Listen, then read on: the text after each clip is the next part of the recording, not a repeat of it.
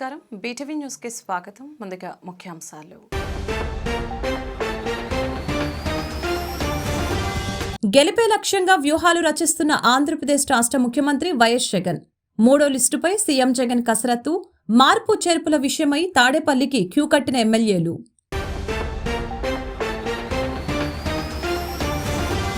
YCP పాలనలో విద్యార్థుల భవిష్యత్తు నాశనం అవుతుందన్న టీడీపీ జాతీయ ప్రధాన కార్యదర్శి నారా లోకేష్. స్కూళ్లలోకి గంజాయి, మద్యం, ఇతర అసాంఘిక కార్యకలాపాలు ప్రవేశించాయని ఆరోపణ. వైసీపీ సర్కార్ పాపాలు స్కూల్ విద్యార్థుల పాలిట శాపాలుగా మారాయని ఆగ్రహం. రాష్ట్ర రాజధాని అమరావతిగా ప్రకటన చేయాలని సిపిఐ నాయకుల డిమాండ్.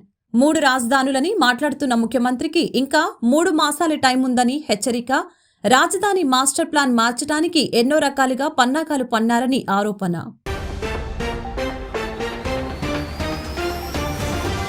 అంబేద్కర్ విగ్రహ ఆవిష్కరణ జనవరి 19వ తేదీన జరుగుతుందన్న పశ్చిమ నియోజకవర్గం YCP in charge Sheikh Asif. CM Jagan Ambedkar విగ్రహాన్ని ఆవిష్కరిస్తారని వెల్లడి. అంబేద్కర్ విగ్రహ ఆవిష్కరణలో ప్రజలు పెద్దెత్తున పాల్గొనాలని పిలుపు. ఏపీలోని అధికార పార్టీగా ఉన్న వైసీపీలో కీలక మార్పులు చోటు చేసుకుంటున్న సంగతి తెలిసిందే. ఇప్పటికే 2 లిస్టులను విడుదల చేసిన సీఎం జగన్ 38 స్థానాల్లో మార్పులు చేశారు. తాజాగా 3వ లిస్టుపై సీఎం జగన్ కసరత్తు చేస్తున్నారు. ఈ మేరకు 3వ లిస్టులో ఉండే వారితో ఇప్పటికే మాట్లాడారని తెలుస్తోంది. ఇందులో భాగంగా మరో 10 నుంచి 15 స్థానాల్లో మార్పులు చేర్పులకు అవకాశం ఉంది. మరికొన్ని స్థానాల మార్పులు ప్రకటన చేసే అవకాశం ఉండగా ఇవాళ తాడేపల్లికి కొంతమంది ఎమ్మెల్యేలు క్యూ కట్టారు. వైసీపీ పాలనలో విద్యార్థుల భవిష్యత్తు నాశనం అవుతుందని టీడీపీ జాతీయ ప్రధాన కార్యదర్శి నారా లోకేష్ ఆవేదన వ్యక్తం చేశారు. స్కూళ్లలోకి గంజాయి, మద్యం, ఇతర అసాంఘిక కార్యకలాపాలు ప్రవేశించాయని ఆరోపించారు. వైసీపీ సర్కార్ పాపాలు స్కూల్ విద్యార్థుల పాలిట శాపాలుగా మారాయని అన్నారు. టీడీపీ జాతీయ కార్యదర్శి నారా లోకేష్ అధికార వైసీపీ ప్రభుత్వంపై మరొకసారి విరుచుకుపడ్డారు. గంజాయికి బానిసైన బాలుడి తల్లి సీఎం జగన్ ఇంటి ఎదుట ఆవేదన వ్యక్తం చేస్తే పోలీసులు ఆమె నోరు మూయించారని లోకేష్ మండిపడ్డారు. ముఖ్యమంత్రి నివాసానికి సమీపంలోనే ఓ అమ్మాయిపై సామూహిక అత్యాచారం జరిగితే ఇప్పటి వరకు నిందితుణ్ణి పట్టుకోలేకపోయారని విమర్శించారు. ఈ ప్రాంతంలోనే ఓ ఉన్మాది మద్యం మత్తులో అంధురాల్ని చంపేస్తే చర్యలు తీసుకోలేదని మండిపడ్డారు.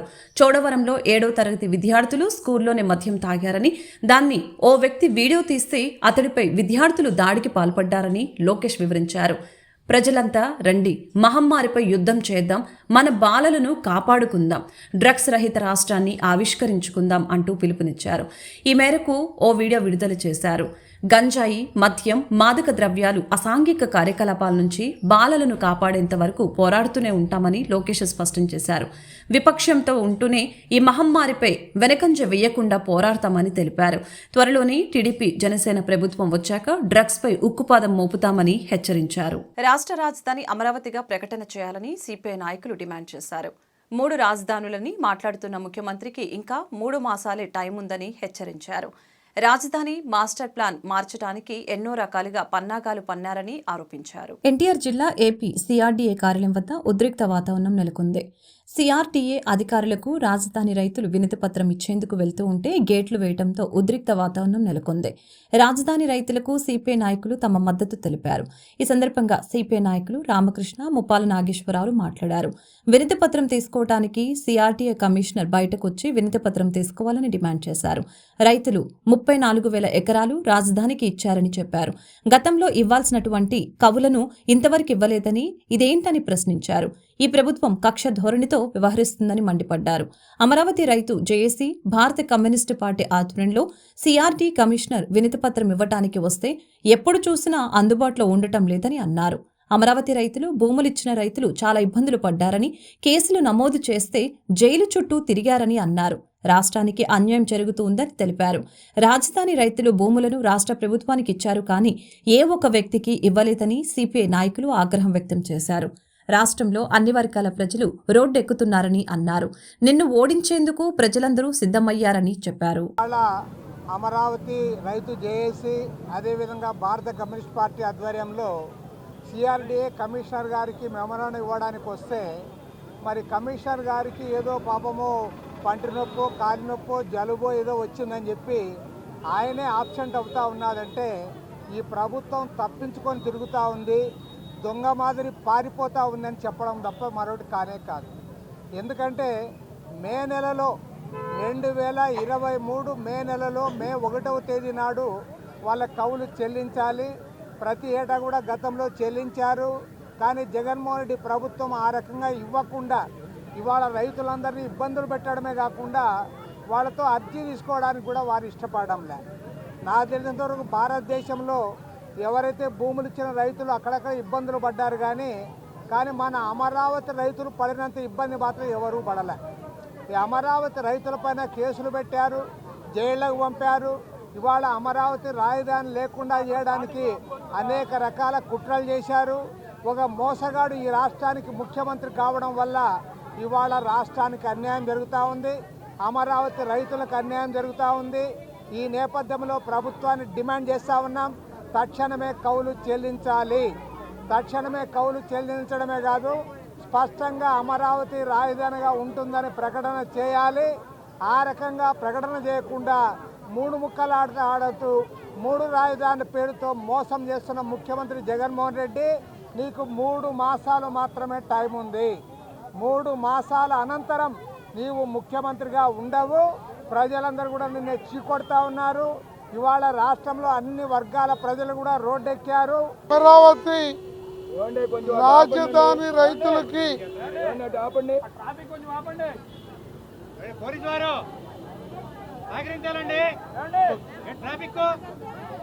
అమరావతి రాజధాని రైతులకు ఇవ్వాల్సిన కౌలును తక్షణమే జనవరి 15 సంక్రాంతి పండుగలోగా రైతులకు కౌలు మొత్తాలని జమ చేయాలని చెప్పి ఈరోజు భారత కమ్యూనిస్ట్ పార్టీ రైతు జేఏసీ ఆధ్వర్యాన కమిషనర్ ద్వారా ముఖ్యమంత్రికి మెమోరాండాన్ని సమర్పించడానికి రావటం జరిగింది. సిఆర్టీఏ నిబంధనలు కానీ ప్రభుత్వం రైతులకు ఇచ్చిన హామీలను కానీ ఈ ప్రభుత్వం ఏ ఒక్కటి కూడా అమలు జరపకపోగా రాజధాని అభివృద్ధిని కుంటుపరిచి విధ్వంసం చేస్తున్న దశలో చివరికి రైతుల మీద కూడా కక్ష కట్టి గత మేలో ఇవ్వాల్సినటువంటి పెన్షన్ని కౌలు ఇవ్వకపోవటం అనేది చాలా దుర్మార్గం. దానితో పాటు మొత్తం ప్లాట్లని అభివృద్ధి పరుస్తామని, జగ్గిలు క్లియరెన్స్ చేస్తామని. విజయవాడలో అంబేద్కర్ విగ్రహ ఆవిష్కరణ ఈ నెల 19న జరుగుతున్నట్లు పశ్చిమ నియోజకవర్గ నూతన వైసీపీ ఇన్ఛార్జి షేక్ ఆసిఫ్ తెలిపారు. సీఎం జగన్ ఈ కార్యక్రమంలో పాల్గొని విగ్రహాన్ని ఆవిష్కరిస్తారని చెప్పారు. అంబేద్కర్ విగ్రహ ఆవిష్కరణలో ప్రజలు పెద్ద ఎత్తున పాల్గొనాలని కోరారు. పశ్చిమ నియోజకవర్గ వైసీపీ నూతన కార్యాలయం పంజా సెంటర్ నందు ఏర్పాటు చేశామని పశ్చిమ నియోజకవర్గ నూతన వైసీపీ ఇన్ఛార్జి షేక్ ఆసిఫ్ అన్నారు. పశ్చిమ నియోజకవర్గంలోని మైనార్టీ కార్పొరేషన్ చైర్మన్ కార్యాలయం నందు నిర్వహించిన మీడియా సమావేశంలో ఆయన మాట్లాడారు. విజయవాడలో అంబేద్కర్ విగ్రహ ఆవిష్కరణ ఈ నెల 19న జరుగుతుందని తెలిపారు. సీఎం జగన్ ఈ కార్యక్రమంలో పాల్గొని విగ్రహాన్ని ఆవిష్కరిస్తారని చెప్పారు. 404 కోట్లతో ఈ నిర్మాణం జరిగిందని, అణగారిన వర్గాలను గత టీడీపీ ముఖ్యమంత్రి చంద్రబాబు మోసం చేశారని విమర్శించారు. జగన్ అన్ని సామాజిక వర్గాలకు సమన్యాయం చేశారని చెప్పారు. అన్ని కులాలకు కార్పొరేషన్లను ఏర్పాటు చేశారని, కుల మతాలకు అతీతంగా తన పాలన అందిస్తున్నారని చెప్పారు. అంబేద్కర్ విగ్రహ ఆవిష్కరణలో ప్రజలు పెద్ద ఎత్తున పాల్గొనాలని కోరారు. విగ్రహంతో పాటు ఆహ్లాదకరంగా ఉండేలా అనేక నిర్మాణాలు చేపట్టారని, ఈ నిర్మాణం రాష్ట్రానికి కాదు విజయవాడకే తలమానికంగా నిలుస్తుందని తెలిపారు. జగన్ చేస్తున్న మంచికి అందరూ తోడుగా ఉండాలని తెలిపారు. రాబోయే ఎన్నికల్లో వైసీపీకి గొప్ప విజయాన్ని అందజేయాలని కోరారు. నూతనంగా ఈ ఒక పశ్చిమ నియోజకవర్గంలో ఇన్ఛార్జ్ కార్యాలయం ఓపెన్ చేయడం జరిగింది. దీనికి మీరందరూ రావడం నాకు చాలా ఆనందంగా ఉంది. అలాగే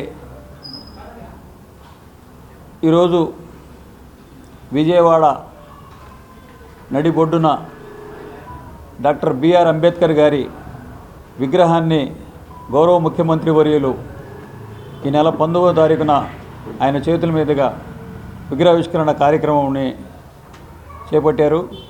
అలాగే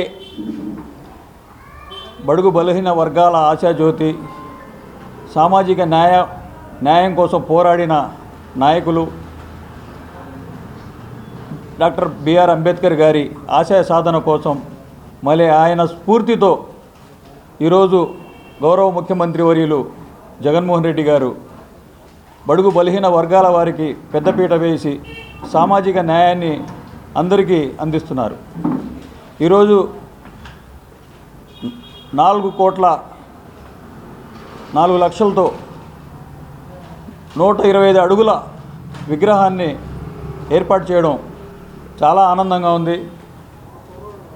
మనం గతంలో చూసాం, చంద్రబాబు నాయుడు మాయ మాటలు చెప్పి మా ఎస్సీ ఎస్టీ సోదరులకి ఎంతో వెనుకబడిన కులాల వాళ్ళందరికీ కూడా చిన్నచూపు చూసిన ఘనత చంద్రబాబు నాయుడుది. మరి ఈరోజు ప్రతి ఒక్క సామాజిక వర్గాన్ని మెరుగుపరుచుకునే విధంగా గౌరవ ముఖ్యమంత్రి వర్యులు అన్ని సామాజిక రోజున వైఎస్ఆర్ కాంగ్రెస్ పార్టీ మన పశ్చిమ నియోజకవర్గ ఇన్ఛార్జ్ అయినటువంటి పెద్దలు గౌరవనీయులు షేక్ ఆసిఫ్ గారి యొక్క నాయకత్వంలో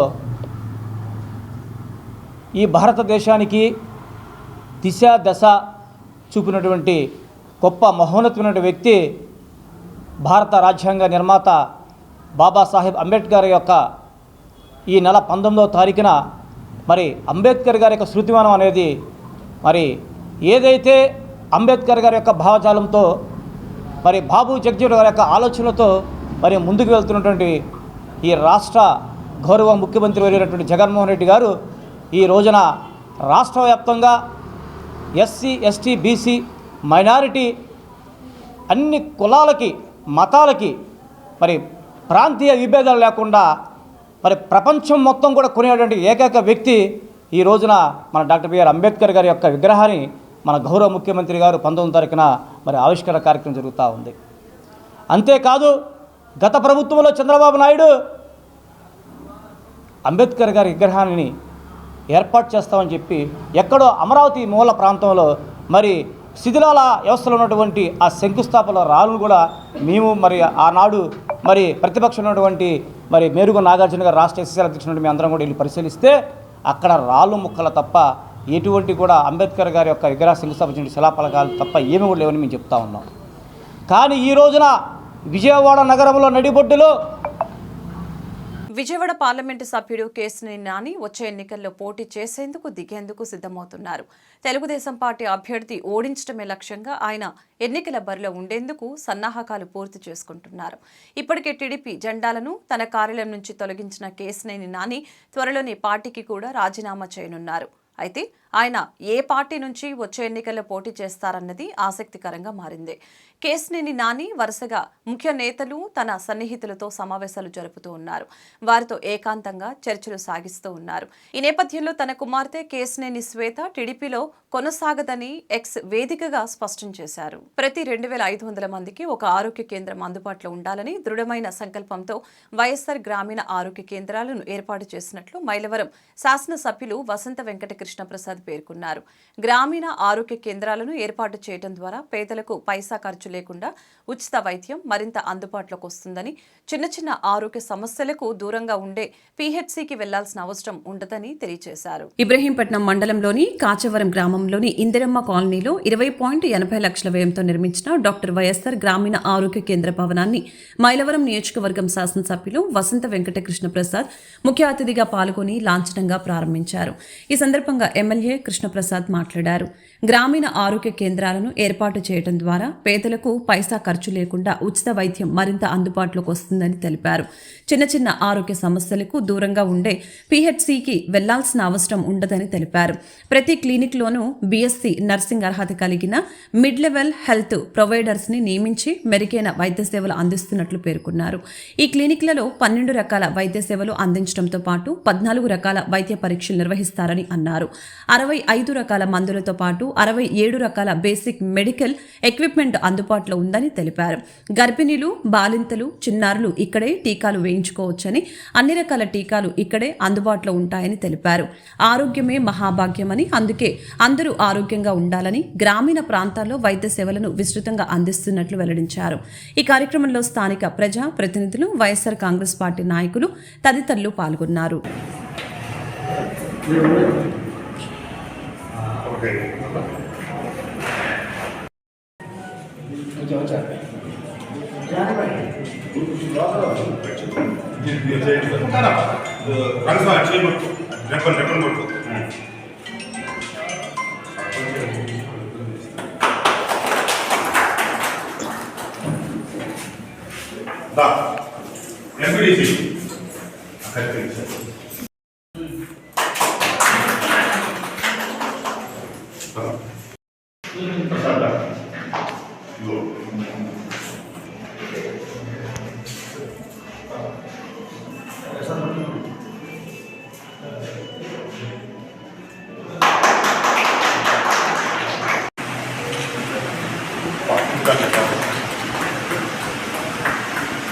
తూర్పు ఎమ్మెల్యే గద్దె రామ్మోహన్తో టీడీపీ కార్పొరేటర్ కేశినేని శ్వేత భేటీ అయ్యారు. విజయవాడ 11 డివిజన్ టీడీపీ కార్పొరేటర్గా ఉన్న శ్వేత తన పదవికి రాజీనామా చేస్తున్నట్లు స్పష్టం చేశారు. మేయర్కు రాజీనామా పత్రాన్ని అందించిన వెంటనే టీడీపీ ప్రాథమిక సభ్యత్వానికి గుడ్ బై చెప్తారని తేల్చి చెప్పారు. సార్వత్రిక ఎన్నికలు సమీపించిన ప్రస్తుత పరిస్థితుల్లో ప్రతిపక్ష తెలుగుదేశం పార్టీలో చోటు చేసుకుంటున్న పరిణామాలు ఆ పార్టీకి మింగుడు పడట్లేదు. విజయవాడ టీడీపీ యువ నాయకురాలు కేశినేని శ్వేత పార్టీకి టీడీపీ ప్రాథమిక సభ్యత్వానికి గుడ్ బై చెప్పనున్నారు. రాజీనామా చేయడానికి బయలుదేరి వెళ్లటానికి ముందు కేశినేని శ్వేత టీడీపీ ఎమ్మెల్యే గద్దె రామ్మోహన్ నివాసానికి వెళ్లారు. ఆయనతో సమావేశమయ్యారు. సుమారు 40 నిమిషాల పాటు ఈ భేటీ కొనసాగింది.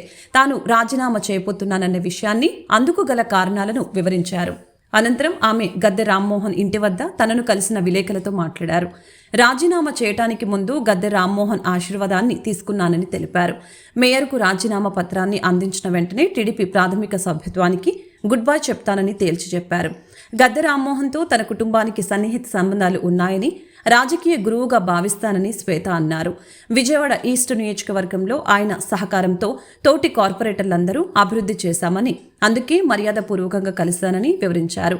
తన రాజీనామా నిర్ణయాన్ని తెలియచేయగా ఆల్ ది బెస్ట్ చెప్పారని పేర్కొన్నారు. రియల్ హీరోలు పారిశుద్ధ్య మున్సిపల్ కార్మికులేనని కొండపల్లిలో చిన్నారులు సెల్యూట్తో అభివాదం తెలిపారు.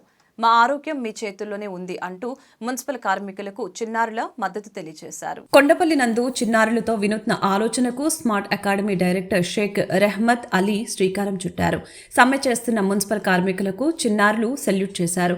ఎండ, వాన, చలి తేడా లేకుండా కరోనాని తరిమి కొట్టిన మానవత్వ మూర్తులు మున్సిపల్ కార్మికులని విద్యార్థులు ప్రశంసించారు. మున్సిపల్ కార్మికులకు మద్దతు తెలియజేసిన చిన్నారులకు సిఐటియు మండల కార్యదర్శి ఎం మహేష్ అభినందనలు తెలిపారు. ఈ సందర్భంగా మున్సిపల్ కార్మికులకు అల్పాహారం అందజేసిన పబ్బతి షాపింగ్ మాల్ అధినేత వీరాంజనేయులు చిన్నారుల్ని ప్రశంసించారు. మా కష్టాన్ని గుర్తించి చాలా చక్కగా సృజనాత్మక ఆలోచనతో ముందుకు వచ్చి మా సమ్మె వద్దకు వచ్చి మద్దతు తెలియజేసిన కొండపల్లి చిన్నారులకు మున్సిపల్ కార్మికులు అభినందనలు తెలిపారు. ఈ కార్యక్రమంలో మున్సిపల్ వర్కర్స్ యూనియన్ సిఐటియు నాయకులు దేవుళ్ల రమణ, సురేష్, లక్ష్మయ్య, ప్రసాద్, అప్పల నరసమ్మ, నాగమణి, సూర్యలక్ష్మి తదితరులు పాల్గొన్నారు. మున్సిపల్ కార్మికుల సమ్మె 13వ రోజుకు చేరింది.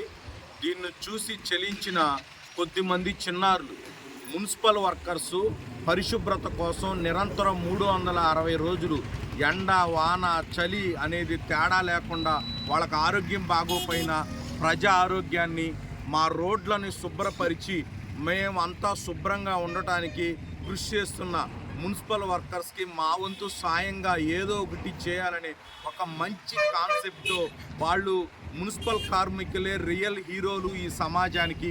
ఈ సమాజ పరిశుభ్రత కోసం వాళ్ళు చాలా అహర్నిశలు కష్టపడుతున్నారని ఒక మంచి కాన్సెప్ట్తో ముందుకొచ్చిన చిన్నారులకి, అదేవిధంగా ఈ కార్యక్రమాన్ని నిర్వహించడానికి ఈ చిన్నారుల్ని ప్రోత్సహించిన రెహ్మత్ అలీ మాస్టర్ గారికి, వీళ్ళని ప్రోత్సహిస్తూ వచ్చిన పబ్బతి వీరాంజనేయులు గారికి మా సిఐటియు పక్షాన, అదేవిధంగా మున్సిపల్ వర్కర్స్ పక్షాన విప్లవ అభినందనలు మేము తెలియజేస్తూ ఉన్నాం. ఈరోజు మేమున్నాం మీ వెనక అంటూ వెన్ను తట్టి ప్రోత్సహించడంలో చాలా ధైర్యం మా మున్సిపల్ వర్కర్స్కి వచ్చింది. ఇదే ఉత్సాహంతో రాబోయే రోజుల్లో మేము ప్రజానికాన్ని ఒకటే కోరుతున్నాం. మేము ప్రభుత్వాన్ని విజ్ఞప్తి చేశాం, వీళ్ళ జీతాలు పెంచమని. జీతం ప్రభుత్వం ఇచ్చే దాంట్లోనే పెంచేది లేదని చెప్పి ఈరోజు చర్చల మీద చర్చలు జరిపి విఫలం చేస్తున్నారు.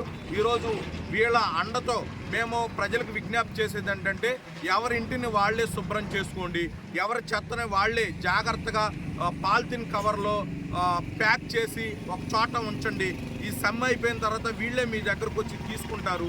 ఈ సహకారం అందించాలని వీళ్ళకి వీరు చిన్నారులు మాకు అందించిన సపోర్ట్కి వీళ్ళందరికీ విష్ ఆల్ ది బెస్ట్ మేము ఎన్టీఆర్ జిల్లా కలెక్టర్ కార్యాలయం వద్ద ఉద్రిక్త వాతావరణం నెలకొంది. మున్సిపల్ కార్మికుల డిమాండ్ల కోసం చేస్తున్న సమ్మెలో భాగంగా నేడు కలెక్టరేట్ ముట్టడికి యత్నించారు. అప్రమత్తమైన పోలీసులు పలువురు సిఐటియు నాయకుల్ని, కార్మిక నేతల్ని, సిపిఎం నేతల్ని అరెస్టు చేసి పలు స్టేషన్లకు తరలించారు. సిఐటియు ఆధ్వర్యంలో మున్సిపల్ కార్మికులు చేపట్టిన కలెక్టరేట్ ఆందోళన విజయవాడలో ఉద్రిక్త వాతావరణానికి దారితీసింది. బందర్ రోడ్లో మున్సిపల్ కార్మికుల డిమాండ్ల కోసం చేస్తున్న సమ్మెలో భాగంగా నేడు కలెక్టరేట్ ముట్టడికి యత్నించారు. ఈ క్రమంలో పోలీసులు వారిని అడ్డుకొని అరెస్టు చేయడంతో ఉద్రిక్త పరిస్థితి నెలకొంది. సిపిఎం నేత సిహెచ్ బాబురావుతో పాటు పలువురు కార్మిక నేతల్ని, మహిళల్ని పోలీసులు దౌర్జన్యంగా అరెస్టు చేశారు. అరెస్టు చేసిన వారిని పోలీసులు వివిధ పోలీస్ స్టేషన్లకు తరలించారు. మున్సిపల్ యూనియన్ గౌరవ అధ్యక్షులు కాశీనాథ్ తదితర నాయకులు గవర్నర్పేట పోలీస్ స్టేషన్కు తరలించగా కొందరిని వన్ టౌన్ పోలీస్ స్టేషన్కు తరలించారు. అరెస్టు చేసిన మరికొంతమంది కార్మికులను హనుమాన్పేట కళ్యాణ మండపంలో పెట్టారు. అయినా వారి ఆందోళన కొనసాగుతూ ఉంది. వైసీపీ ప్రభుత్వ దౌర్జన్యాన్ని నేతలు తీవ్రంగా ఖండించారు. ఆందోళన ఆపేది లేదని, కొనసాగిస్తామని నేతలు హెచ్చరించారు. కార్మికుల సమస్యల్ని పరిష్కారం చేయాలని, జరిగిన నిరసన కార్యక్రమాన్ని నిర్బంధంతో అణచివేసే చర్యలు మానుకోవాలని సిపిఎం రాష్ట్ర కమిటీ సభ్యులు కాశీనాథ్ ఆగ్రహం వ్యక్తం చేశారు. అలాగే మున్సిపల్ కార్మికుల మీద దాడి ఎంతమందిని అణిచివేస్తా ఉన్నారు. ఈ అణిచివేత ఆగదు, ఉద్యమం కొనసాగుతుంది. మున్సిపల్ కార్మికులు తెరచాలి, వాళ్ళ జీతాలు పెంచాలి. అప్పటి వరకు ఈ ఉద్యమం ఆగదు, ఈ దౌర్జన్యం చెల్లదు. ఇంత వైసీపీ ప్రభుత్వం అనుభవించాల్సి వస్తుందని హెచ్చరిస్తా ఉన్నాం. మాకు ఇచ్చిన అంటే మా సగ జీతాలకి జీతమే కావాలని అడుగుతున్నావు. నువ్వు చెప్పిందే కదా, నువ్వు చెప్పిందే నువ్వే ఇమ్మంటున్నావు. అంతేగాని మేమేం చేయట్లేదే. ఆడవాళ్ళు అనుకుంటే ఏమనుకుంటే పోలీసు వాళ్ళు లాగి తీసుకోవాలి ఎత్తేస్తున్నారు.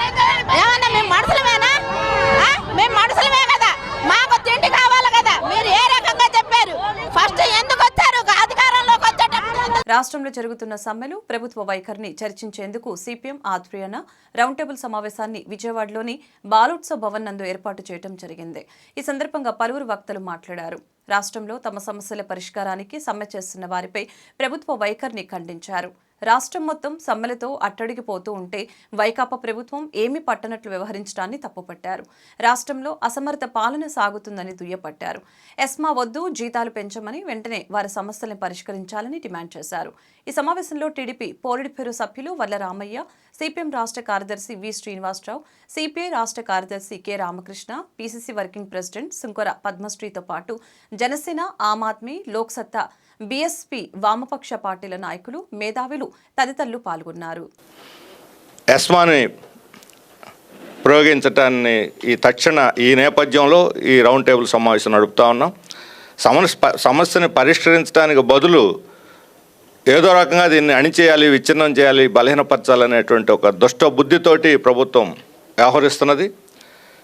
అందువల్ల రాజకీయ పార్టీలు నడుం కట్టి వాళ్ళకి అండగా నిలబడి సమస్య పరిష్కారానికి మన వంతు కృషి సహకారం అందించాల్సినటువంటి అవసరం ఉంది.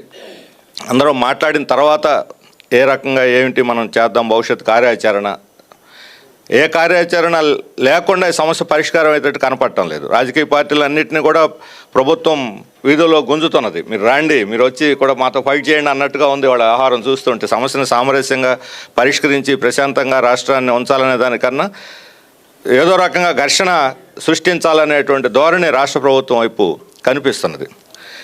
ఇప్పుడు ప్రధానంగా సమ్మెలో ఉన్నటువంటి సెక్షన్లు ఎవరు కూడా వాళ్ళు ఘర్షణ వైఖరితో వచ్చిన వాళ్ళు కాదు, లేదా గొంతెమ్మ కోరికలు కోరుతున్న వాళ్ళు కాదు. జగన్మోహన్ రెడ్డి గారు ముఖ్యమంత్రిగా తను అధికారం చేపట్టక ముందు, చేపట్టిన తర్వాత ఇచ్చినటువంటి వాగ్దానాలను అమలు జరపని వాళ్ళు కోరుతున్నారు. ఈ వాగ్దానాలు వాళ్ళు ఇప్పుడు అంగన్వాడీ 26,000 కనీస వేతనం ఉండాలని దేశవ్యాప్తంగా డిమాండ్ చేస్తున్నారు, ఇక్కడ కూడా డిమాండ్ చేస్తున్నారు. కానీ వాళ్ళు అడుగుతున్నది ఏమిటి? తక్షణం ఎన్నికలకు ముందు తెలంగాణ మీద నేను 1,000 రూపాయలు అదనంగా ఇస్తాను అంటే మేము ముందేమన్నారంటే మేము 1000 అడిగితే మేము 4,000 పెంచామన్నారు. 4,000 ఎప్పుడు పెంచారు? 2018 మెగా డిఎస్సి తక్షణమే విడుదల చేయాలని కోరుతూ గాంధీనగర్ అలంకార్ సెంటర్ ధర్నా చౌక్ లో పలు విద్యార్థి సంఘాలు ఆందోళనకు దిగాయి. ఈ సందర్భంగా పలు విద్యార్థి సంఘాల నాయకులు మాట్లాడారు. ప్రభుత్వ శాఖల్లో ఖాళీగా ఉన్న పోస్టుల్ని భర్తీ చేయాలని డిమాండ్ చేశారు. మెగా డిఎస్సి తక్షణమే విడుదల చేయాలని నినాదించారు. అధికారంలోకి వచ్చిన వెంటనే డిఎస్సి విడుదల చేస్తామని, ప్రభుత్వ శాఖలలో ఖాళీలను భర్తీ చేస్తామని అప్పటి ప్రతిపక్ష నేత జగన్మోహన్ రెడ్డి హామీలు ఇచ్చి మోసం చేశారని విమర్శించారు. రాబోయే కాలంలో వైకాపా ప్రభుత్వానికి గట్టిగా బుద్ధి చెప్తామని హెచ్చరించారు. మెగా డిఎస్సిని తక్షణమే విడుదల చేయాలని డిమాండ్ చేశారు. ఈ నిరసనలో నిరుద్యోగ అభ్యర్థులు, టీఎన్ఎస్ఎఫ్, ఏఐవైఎఫ్, ఏఐఎస్ఎఫ్, తెలుగు యువత, PDSU, youth Congress, NSUI, AISA తదితర విద్యార్థి సంఘాలు పాల్గొన్నాయి. జగన్మోహన్ రెడ్డి గారు ప్రతిపక్షంలో ఉన్నప్పుడు ప్రతి ఊరు వాడా వెళ్ళి రాష్ట్రంలో 23,000 టీచర్ పోస్టులు ఖాళీలు ఉన్నాయి. నేను అధికారంలోకి వచ్చిన తర్వాత వెంటనే మెగా డిఎస్సి ఇస్తానన్నటువంటి ముఖ్యమంత్రి అధికారంలోకి వచ్చిన తర్వాత దాదాపుగా 4 సంవత్సరాల 7 నెలలు కావస్తుంది. ఇప్పటికీ పేదలు చదువుకునే ప్రభుత్వ పాఠశాలల్లో ఒక్క టీచర్ పోస్టు కూడా భర్తీ చేయలేదు. గతంలో ప్రతి ముఖ్యమంత్రి కూడా కనీసం 1-2 నోటిఫికేషన్లు ఇచ్చేది. కానీ ఈ ముఖ్యమంత్రి ఈయన చరిత్రలో నిలిచిపోయేటట్లు ఒక్క పోస్టు కూడా భర్తీ చేయలేదు. దాదాపుగా లక్షల మంది 7 లక్షల మంది నిరుద్యోగులు వివిధ కోచింగ్ సెంటర్లో ప్రిపేర్ అవుతుంటే ఈ మోసకారి ముఖ్యమంత్రి నిరుద్యోగులందరినీ మోసం చేశాడు. మన రాష్ట్రానికి ఒక దరిద్రపు మంత్రి ఉన్నాడు, ఆయన పేరు బొత్స సత్యనారాయణ. ఎక్కువ మంది చదువుకోవడం వల్ల నిరుద్యోగిత శాతం రాష్ట్రంలో పెరిగిందంటున్నాడు. అయ్యా మంత్రి గారు, కొంచెమన్నా మీకు నాలెడ్జ్ ఉందా? రాష్ట్రంలో మీరు కల్పించాలి ఉద్యోగాలు, మీరు పరిశ్రమలు తీసుకురావాలి, ప్రభుత్వ ఉద్యోగాలు భర్తీ మీరు చేయాలి. అది కాకుండా ఎక్కువ మంది చదువుకోవడం వల్ల అని చెప్పేసి అంటున్నాడు. మీరు ఒక మాట అంటారు ముఖ్యమంత్రి గారు, మాట ఇస్తే మడమ తిప్పం, చెప్పాడంటే చేస్తాడంటే అని చెప్పేటువంటి మాటలు ఈరోజు ఏమయ్యాయి? మీరు ఖచ్చితంగా ఏం పీకుతారు అంటున్నారు. అధికారంలోకి వచ్చిన తర్వాత ఇప్పుడు మేము చెప్తున్నాము, మీరు 24వ సంవత్సరంలో నిరుద్యోగులు మా కడుపులు కొట్టారు, ఖచ్చితంగా కొట్టారు, తీసుకున్న మాట ఏమొస్తుంది, ఖచ్చితంగా మేము కూడా కొడతామని చెప్పేసి తెలియజేస్తాం. రేపోకులో టీఎన్ఎస్ఎఫ్ రాష్ట్ర ప్రధాన కార్యదర్శి ఏదైతే జగన్మోహన్ రెడ్డి 5 సంవత్సరాల కాలంలో మాట తిప్పను మడవం తిప్పను అన్నటువంటి ముఖ్యమంత్రి గారు, నేను ఉన్నాను నేను విన్నానటువంటి ముఖ్యమంత్రి గారు ఈ 5 సంవత్సరాలు ఏమి చేశావే జగన్మోహన్ రెడ్డి అంటే విద్యార్థి యువత నిరుద్యోగులందరినీ కూడా కాలగర్భంలో కప్పావు. నీ ఎలక్షన్లో గెలవడం కోసం, నువ్వు ముఖ్యమంత్రి పదవి కోసం ఈరోజు విద్యార్థి నిరుద్యోగులందరినీ సంకనాగిచ్చి మోచాయి నీళ్ళు తాగిచ్చావు. ఈరోజు నిరుద్యోగులను అడిగితే ఈరోజు అక్రమ అరెస్టులు కేసులు పెడతా ఉన్నావు. విద్యార్థులు నిరుద్యోగులు చేసినటువంటి తప్పేంటి? నువ్వు ఇచ్చిన హామీని అడుగుతా ఉన్నాం. నీతివంటి మంచితనంగా నువ్వు హామీ ఇచ్చినటువంటి హామీ ఏదైతే నూతన సంవత్సరం ప్రతి సంవత్సరం జనవరి 1 జాబ్ క్యాలెండర్ ఇస్తానన్నావు, 5 సంవత్సరాలు దాన్ని కాలగర్భంలో తొక్కావు. ఏదైతే నిరుద్యోగులు ఏదైతే మెగా డిఎస్సి పెడతా ఉన్నావు దాన్ని పాతాళంలో తొక్కావు. ఈరోజు మెగా డిఎస్సి విడుదల చేయమని చెప్పి విద్యార్థి యువజన సంఘాలందరం కలిసి ఈరోజు విజయవాడ నగరంలో ఈరోజు మహాధర్నా కార్యక్రమం చేస్తుంటే ఈరోజు విద్యార్థి నిరుద్యోగులందరూ కూడా అరెస్ట్ చేయడానికి చూస్తూ ఉన్నటువంటి ఘటనలు మనం చూస్తూ ఉన్నాం. ముఖ్యమంత్రి గారు ఇది తస్మాత్ జాగ్రత్త, ఈ నిరుద్యోగులు కనుక మెగా డిఎస్సి విడుదల చేయకపోతే తస్మాత్ నిన్ను అడుగడుగున ముట్టడిస్తాం, నీ ముఖ్యమంత్రి సీటును కూడా తీసేయడానికి విద్యార్థి నిరుద్యోగులందరూ కూడా సిద్ధంగా ఉండడం కూడా తెలియజేస్తాం. వార్తను ముగించే ముందు ముఖ్యాంశాలు మరొకసారి. గెలిపే లక్ష్యంగా వ్యూహాలు రచిస్తున్న ఆంధ్రప్రదేశ్ రాష్ట్ర ముఖ్యమంత్రి వైఎస్ జగన్. 3వ లిస్టుపై సీఎం జగన్ కసరత్తు. మార్పు చేర్పుల విషయమై తాడేపల్లికి క్యూ కట్టిన ఎమ్మెల్యేలు.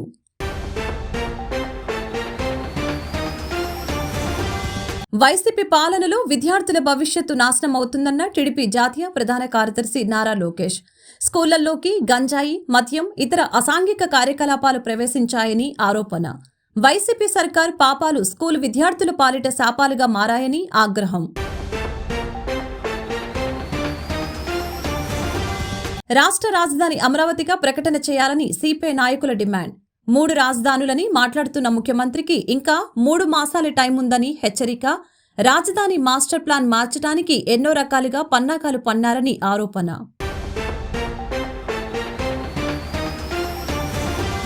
అంబేద్కర్ విగ్రహ ఆవిష్కరణ జనవరి 19వ తేదీన జరుగుతుందన్న పశ్చిమ నియోజకవర్గం వైసీపీ ఇన్ఛార్జ్ షేక్ ఆసిఫ్.